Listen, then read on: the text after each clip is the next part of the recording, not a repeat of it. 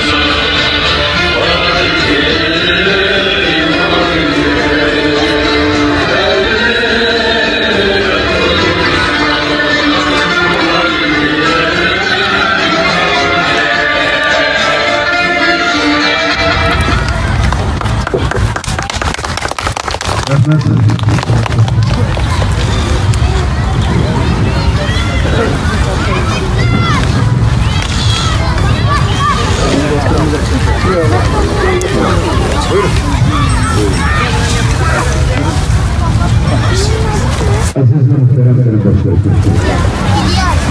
Ömrü sözü ilgisi getirmişsiniz. Şerif Türkistan Sözlü Hükümeti Cumhur Reisi Muhterem Enver Hüsnü Efendi'nin kürsüye davet ediyoruz. Buyurun.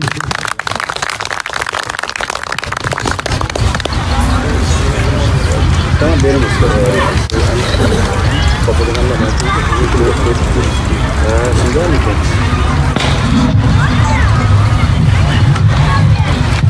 Kelgine dostlar, qarindoshlarım, tutqun qulubni vatandoshlarım, behuda bo'lmas bukilgan qonlar, vatan uchun oqagan yoshlarim. Qanida tursa taqlashar qilich, ko'krak kapsin yuragimga pish. Er bo'lsang erdek yashag'in har an, tushdir o'limga ikkidan hech. Taqdirni inson yaratar o'zi, yaxshi yomonni parkasla ko'zi. Rizqing Allohda bo'lsa sajda qil, dushmanda bo'lsa tortib olma. Sharqiy Turkiston milliy ozodlik yo'lidagi ulug' ustoz Mümkün Efendi'nin bundan takriben 100 yıl evvel vatanning azadlıkla berişlap yazılgan yüzlerce eserlerden bir mutlu kitapta peygamber buldum. Esselamu Aleyküm ve Rahmetullahi ve Berekatuhu. Aziz, muhterem vatandaşlarım, hammalarni bosh bosqinchi Xitoy ishg'ol ostidagi yurtimiz Sharqiy Turkistonning ozodlik yo'lida Sharqiy Turkiston Cumhuriyeti sürgün hükümeti namıdın. Cümleden Xitoy ishg'ol ostida vatanning istiqloli va mustaqilligi uchun ishlashni bo'layotgan 40 milliondan ortiq Sharqiy Turkiston xalqi nomidan buyuk sevgi va muhabbat bilan salomlayman. Hammamizga ma'lumki, bugunlarda Sharqiy Turkiston xalqi tarixda hech misli ko'rilmagan darajada faqat Sharqiy Turkiston tarixida emas, yoki Turkiston tarixida emas, islom tarixida emas, butun insoniyat tarixida misli ko'rilmagan darajada insonlarning beshiga kelmaydigan eng cho'ng baloyi ofat va musibatchiliklarni boshidan o'tkazyapti. Buning dalil isbotlarini hammamiz ko'rib turibmiz.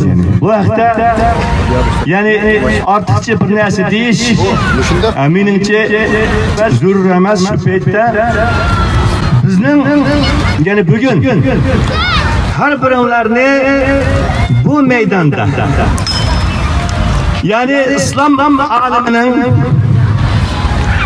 markazlaridan biri bo'lgan İstanbul shahrida ovchilar dengiz kanaridagi maydonga yig'ilib sizlar bilan paylaşmoqchi bo'lgan asosli maqsadimizni men sizlarga tushuntirib o'taman inshaalloh. Aziz qarindoshlarimiz,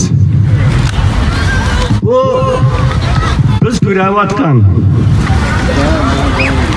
bu işkence, bu zulüm, bu hakaret hazırlab başlangan yoki 3 yil ichida boshlanib bu vaziyat kelgan emas. Bu biz xalq uchun, biz Sharqiy Turkiston xalqi uchun yangilik emas. Biz qachon Xitoyning idorasi oltiga, ya'ni Xitoyning ishg'oliyat ostiga tushgandan tarixdan e'tiboran bu tipdagi zulm, ishkence, ya'ni har turli zo'rlik siyosat, osmondan kelib yiqitish har xil shaklda ya'ni bu orqali biz Sharqiy Turkiston xalqini o'z tuproqlarimizda tamamen